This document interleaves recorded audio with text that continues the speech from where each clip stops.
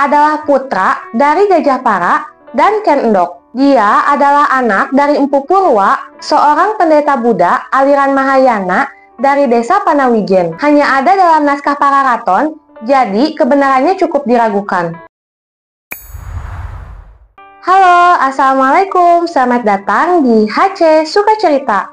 Dalam video kali ini, aku akan bercerita tentang Ken Arok dan Ken Dedes yang kisahnya melegenda di Nusantara. Buat kalian yang penasaran sama ceritanya, langsung aja dengerin dan simak videonya sampai akhir. Sebelum mulai bercerita, aku mau kasih tahu dulu nih kalau cerita ini ada dalam dua versi, yaitu terdapat dalam Pararaton dan Negara Kertagama. Nah, aku akan memulainya dengan bercerita tentang Ken Arok terlebih dahulu. Menurut versi Pararaton, Ken Arok adalah putra dari Gajah Para dan Ken Endok. Buat yang belum tahu, gajah ini adalah nama jabatan Setara Wedana atau pembantu adipati pada zaman Kerajaan Kediri. Gajah Para meninggal pada saat Ken Arok masih dalam kandungan. Nah, pada saat ibunya, yaitu Ken Endok, dibawa ke Kediri, Ken Arok yang masih bayi ditinggalkan atau dibuang di sebuah pemakaman. Hingga kemudian, Ken Arok yang masih bayi ini ditemukan dan diasuh oleh Lembong, seorang pencuri. Ken Arok tumbuh nih jadi seorang berandalan yang hobinya main judi, sehingga membebani Lembong dengan banyak utang. Lembong pun mengusirnya, namun kemudian dia diasuh dan dijadikan anak angkat oleh Bango Samparan yang juga seorang penjudi dari desa Karuman yang menganggapnya sebagai pembawa keberuntungan. Tapi Ken Arok nggak betah tinggal dengan Bango Samparan karena ia harus tinggal dengan 2 ibu angkatnya dan juga 5 saudara angkatnya. Dia kabur dan bersahabat dengan Tita, seorang anak kepala desa Siganggeng, dan mereka berdua menjadi sepasang perampok yang sangat ditakuti di kawasan Kediri pada saat itu. Nah, lalu aku akan bercerita tentang Ken Dedes sebelum masuk ke kisah mereka berdua. Kisah Ken Dedes bersumber dari Pararaton. Dia adalah anak dari Empu Purwa, seorang pendeta Buddha aliran Mahayana dari desa Panawijen. Gak ada yang tahu Ken Dedes lahir tahun berapa. Ken Dedes yang sudah menjadi dewasa, tumbuh menjadi seorang perempuan yang cantik dan memikat seorang akuwu dari Tumapel bernama Tunggul Ametung. Nah, akuwu ini adalah setara camat kalau zaman sekarang.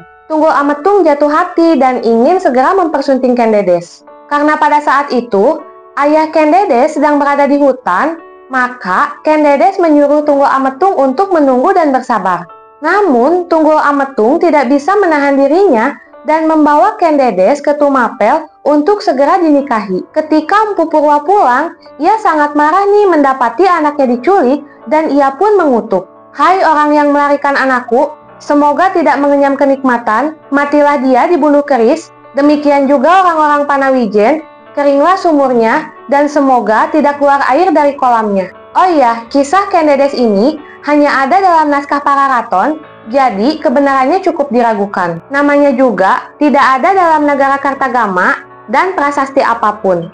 Mungkin pengarang Pararaton ini ingin menciptakan sosok leluhur Majapahit yang istimewa, yaitu seorang wanita cantik luar biasa dengan auranya yang bersinar. Karena keistimewaan seorang pemimpin itu sangat mutlak bagi masyarakat Jawa.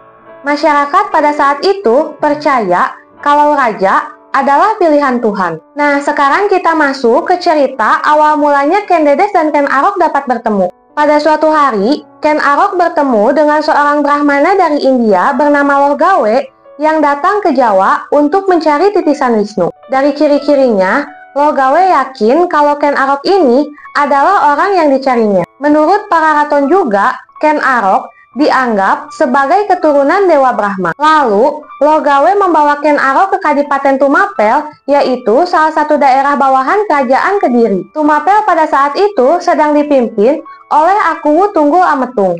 Karena dianggap titisan Dewa Wisnu, akhirnya Ken Arok pun diangkat menjadi pengawal kepercayaannya. Tapi ternyata Ken Arok jatuh hati nih sama Ken Dedes. Dikisahkan pada suatu hari, Ken Dedes dan Tunggul Ametung sedang pergi ke sebuah hutan bernama Baboji. Ketika turun dari kereta, kain Ken Dedes tersingkap sehingga auratnya terlihat dan Ken Arok pun semakin berhasrat untuk memiliki Ken Dedes. Ken Arok pun menceritakan hal itu kepada gurunya, yaitu Logawe. Menurut Logawe, wanita dengan ciri-ciri seperti itu disebut sebagai Sri Nareswari yang diramalkan bakal mempunyai keturunan raja-raja di tanah Jawa. Mendengar ramalan itu, Ken Arok semakin menggebu-gebu ingin menyingkirkan Tunggul Ametung dan menikahi Ken Dedes. Logawe padahal sudah mengingatkan jangan melakukan hal itu karena akan berbahaya. Tapi karena sudah terlanjur nafsu ingin memiliki Ken Dedes dan menjadi raja,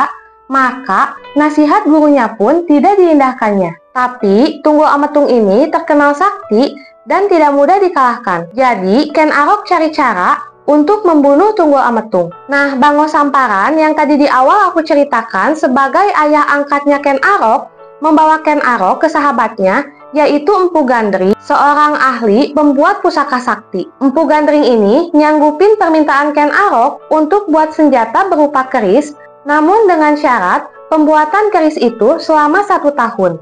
Tapi baru juga 5 bulan, karena Ken Arok udah nggak sabar, Ken Arok akhirnya menemui Empu Gandring untuk membawa keris itu. Empu Gandring menolak memberikan keris yang belum sempurna itu, tetapi Ken Arok merebutnya dan lalu membunuh Empu Gandring menggunakan keris tersebut. Sebelum meninggal, Empu Gandring mengucapkan kutukan kalau keris itu nantinya akan membunuh 7 orang penguasa, termasuk Ken Arok sendiri dan keturunannya. Setelah kembali ke Tumapel, Ken Arok menjalankan rencananya untuk membunuh dan merebut kekuasaan Tunggul Ametung. Mula-mula, ia memberikan keris itu kepada Kebo Hijo yang sama-sama menjadi pengawal Tunggul Ametung. Kebo Hijo dengan bangganya memamerkan keris Empu Gandring itu sebagai miliknya.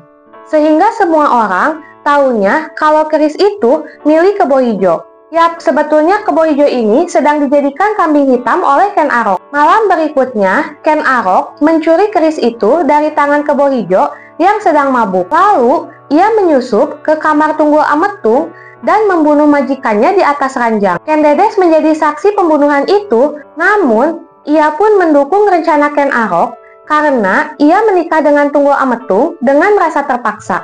Keesokan harinya, Kebo Ijo langsung dihukum mati karena dianggap telah membunuh Tunggul Ametung. Setelah Tunggul Ametung mati, Ken Arok pun langsung mengangkat dirinya sebagai Aku Baru Tumapel dan menikahi Ken Dedes. Tidak seorang pun yang berani menentang keputusan itu, padahal pada saat itu Ken Dedes sedang mengandung anak Tunggul Ametung yang nantinya bernama Anusapati. Ken Arok dan Ken Dedes memiliki beberapa anak, yaitu Mahisa Wongatele, Panji Samprang, Agni Baya, dan Dewi Rimbu. Oke, pada tahun 1221 terjadi perselisihan antara Kertajaya dari Kerajaan Kediri dan para Brahmana. Para Brahmana itu memilih pindah ke Tumapel dan meminta perlindungan dari Ken Arok. Dengan adanya kesempatan itu, Ken Arok pun memberontak terhadap Kerajaan Kediri. Ken Arok menyatakan bahwa Tumapel adalah kerajaan yang merdeka yang terlepas dari Kerajaan Kediri. Kertajaya yang tahu pemberontakan itu lalu menyiapkan pasukan untuk menyerang Ken Arok. Kertajaya menyatakan tidak takut terhadap serangan Tumapel dan ia mengaku hanya dapat dikalahkan oleh Siwa. Mendengar hal itu, Ken Arok pun memakai gelar Batara Siwa dan siap berperang melawan Kertajaya. Pada tahun 1222, Ken Arok memimpin Tumapel menyerang Kediri. Puncak peperangan antara Kediri dan Tumapel terjadi di Desa Genter, yaitu wilayah timur Kediri. Pada peperangan ini, pihak Kediri kalah dan Kertajaya diberitakan melarikan diri ke alam dewa atau mungkin merupakan bahasa kiasan untuk mati. Kemenangan itu menyebabkan runtuhnya Kerajaan Kediri dan mengukuhkan kekuasaan Ken Arok di Jawa Timur dan dimulainya Kerajaan Tumapel atau Singasari. Beberapa tahun kemudian, Ken Arok dan Ken Dedes mengangkat putra pertamanya, yaitu Mahisa Wongateleng, untuk menjadi penerusnya. Di sini Anusapati bingung karena kan ia anak pertamanya, tetapi malah adiknya yang dijadikan raja. Akhirnya dia maksa Ken Dedes untuk menjelaskan semua itu dan terbongkarlah kalau Ken Arok itu bukan bapak kandungnya. Bahkan dia tahu kalau ayah kandungnya yaitu Tunggul Ametung mati dibunuh oleh Ken Arok. Dari sini mulailah tumbuh benih-benih dendam Anusapati terhadap Ken Arok. Anusapati mengambil keris Empu Gandring yang selama ini disimpan oleh Ken Dedes, lalu dia nyuruh pembantunya untuk membunuh Ken Arok dengan iming-iming hadiah. Ken Arok tewas ditusuk dari belakang ketika sedang makan, dan ganti Anusapati membunuh pembantunya agar menghilangkan jejak dan mengangkat dirinya sebagai raja menggantikan Ken Arok. Tapi nggak lama, Anusapati sendiri mati dibunuh Tohjaya, yaitu anak dari Ken Arok dan Ken Umang. Anusapati juga mati dibunuh Tohjaya menggunakan keris Empu Gandring. Tetapi pemerintahannya berlangsung singkat karena dia tewas akibat pemberontakan Ranggawuni, yaitu anak Anusapati dan Mahisa Campaka, anaknya Mahisa Wongateleng. Lalu, soal kutukan Empu Gandring ini ternyata meleset karena pengarang Pararaton bilang akan terjadi pembunuhan susul-menyusul setelah kematian Tunggul Ametung oleh keris Empu Gandring itu. Mereka yang mati karena pusaka itu adalah Empu Gandring, Tunggul Ametung, Kebo Ijo, Ken Arok, pembantu Anusapati, dan Anusapati sendiri. Tohjaya dikisahkan mati karena tertusuk tombak. Dari peristiwa pembunuhan itu, hanya Ken Arok sendiri yang terbunuh oleh keris Empu Gandring. Tidak ada keturunannya karena Anusapati adalah anak tirinya. Oke, tadi kan cerita Ken Arok dan Ken Dedes menurut versi Pararaton. Nah, sekarang kita bahas ceritanya menurut Nagara Kertagama. Nama Ken Arok ternyata nggak ada dalam Nagara Kertagama. Nagara Kertagama hanya menceritakan kalau pendiri kerajaan Tumapel adalah putra Batara Girinata yang lahir tanpa seorang ibu. Pada tahun 1222, Sang Girinata Putra membunuh Kertajaya dari kerajaan Kediri. Ia kemudian menjadi raja pertama di Tumapel dan bergelar Sri Rangga Rajasa Girinata Putra. Ibu kota kerajaannya disebut Kutaraja dan pada tahun 1254 diganti oleh Wisnuwardana menjadi Singosari. Sri Rangga Rajasa meninggal pada tahun 1227, selisih 20 tahun dibandingkan berita yang ada dalam Pararaton. Untuk memuliakan arwahnya, didirikan candi di Kagenengan, di mana ia dipuja sebagai Siwa dan di Usana ia dipuja sebagai Buddha. Kematian Sang Rajasa dalam Nagara Kertagama terkesan wajar tanpa pembunuhan. Hal ini dapat dimaklumi karena naskah tersebut merupakan naskah pujian untuk keluarga besar Hayam Wuruk, sehingga peristiwa pembunuhan terhadap Raja-Raja Majapahit dianggap aib. Anusapati di sini bergelar Batara Anusapati adalah anak dari Sri Rangga Rajasa, yaitu anak dari Ken Arok, karena dalam Nagara Kertagama tidak menyebutkan sosok Tunggul Ametung. Batara Anusapati memerintah sejak tahun 1227 menggantikan ayahnya. Pemerintahannya berjalan tenang dan seluruh tanah Jawa aman tunduk kepadanya.